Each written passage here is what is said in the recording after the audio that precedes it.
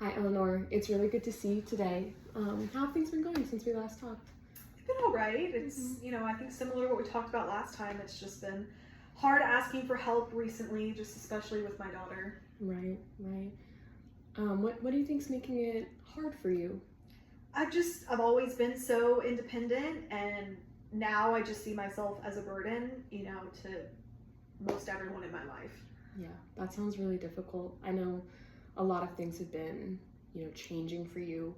What feelings are coming up for you when you're thinking these things? I think mostly shame, maybe some anxiety in there. I really struggle with the fact that I should be taking care of my daughter.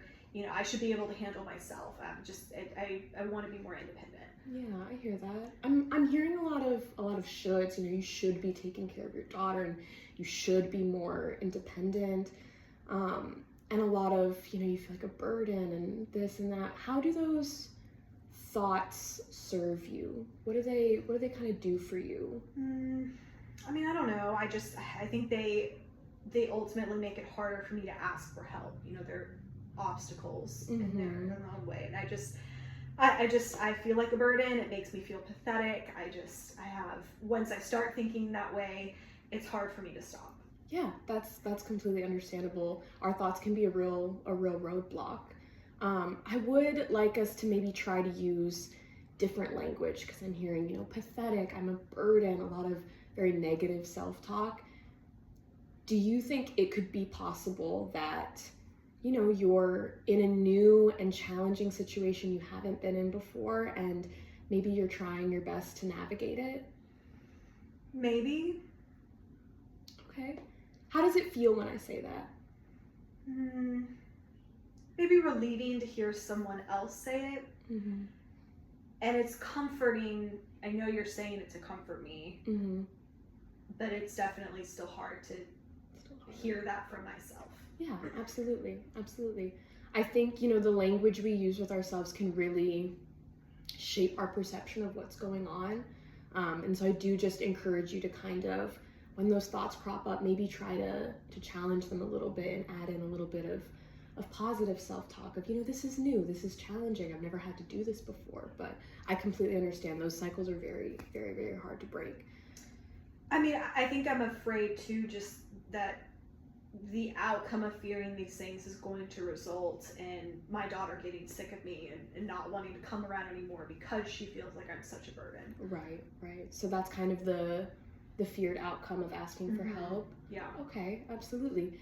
Do you think, has that been true before? Has she ever acted in that way when you've asked for help or anything like that? No, she hasn't. She's always been very willing and very, kind about it, very accommodating. I think it's more me feeling that way than I know she does. Okay. So you kind of see maybe that there's your perception of things and how you're thinking about things, and then a little bit more of the reality of the situation. Okay. How would you feel if we maybe did a little role play and kind of acted out what it would be like to ask your daughter for help? Okay, I can try that. Okay. So we'll pretend this chair over here. What's your daughter's name? Isabel, beautiful. All right, so we'll pretend Isabel's in this chair, and it's time to ask her for a ride to therapy. What do you think that would look like? How would you ask? Isabel, I have an appointment on next Thursday, and I could really use some help getting there. I don't love having to ask you, and I know you have a busy schedule, but if there's any chance you'd be available, that would be a big help to me. Wow, that was awesome. I'm really proud of you for doing that. How did that feel? It felt okay. I think for me it's important to acknowledge her life and her schedule and let her know that I know it's an ask or a responsibility that I'm putting on her plate, but I also know that, she does want to help me. Absolutely. I think that's a really good kind of balance of both of those perspectives. How do you think she would have responded to that? I think she'd say yes. I think she's always happy to help where she can, and I know there are times where she's even moved her schedule around to make things happen for me, so I think she'd be accommodating. Yeah, absolutely.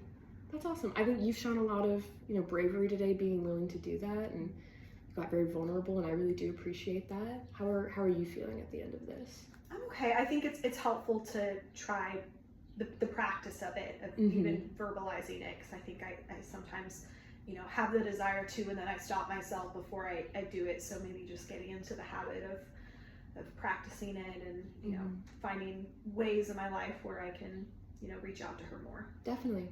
And I absolutely encourage you to do that. I think, going forward, we can kind of find moments to ask her these things, find moments of bravery that we can have, and, really start challenging those negative thoughts as they crop up. But really awesome job today. Thank you so much. Thank you. I appreciate it.